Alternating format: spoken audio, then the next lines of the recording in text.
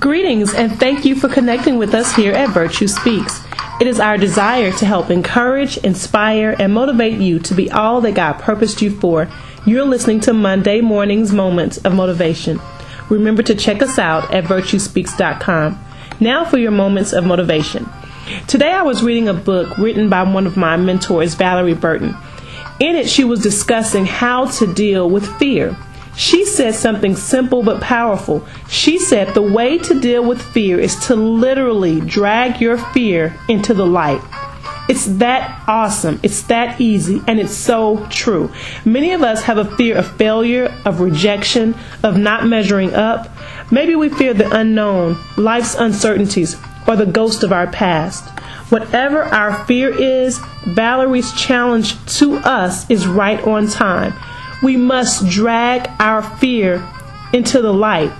That may be the light of Christ, the light of hope, the light of truth. Drag your fear into the light. I really want you to think about this idea of dragging your fear into the light. Have you ever been in a dark basement or attic? Part of what makes those places creepy is the fact that there is limited lighting. It loses some of its creep factor when you are able to turn the lights on. That is the same thing with our fears. Being able to take our greatest fear from the dark crevices of our inner thoughts and bring them out into the light will surely start the process of liberating us from their grasp. If you've ever been to counseling, you may have heard your therapist say, "We are only as sick as our deepest secret."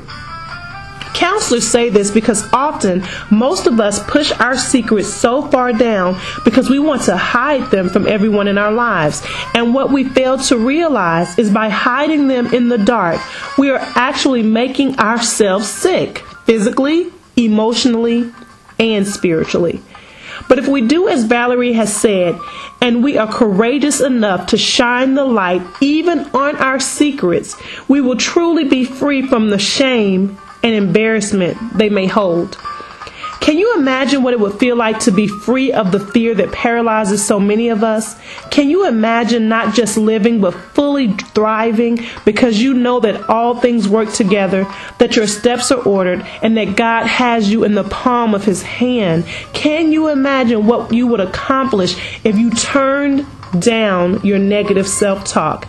Can you dream of your ability to soar if you were not held down by the weight of the false evidence that appears real? As usual, I have a challenge for all of us. By now, if you have been listening weekly, you should have a journal. If not, shame on you. Okay, this is what we're going to do. For the next week, either first thing in the morning or right before we go to bed at night, let's complete this simple statement. If I had no fear, I would. Just finish that statement. If I had no fear, I would. I want all of us to actually write it out in our journals. Then at the end of the week, we should have at least 7 answers to that statement. Our next assignment will be to take one of the 7 responses and challenge ourselves to move forward despite the fear. Come on, we can do this.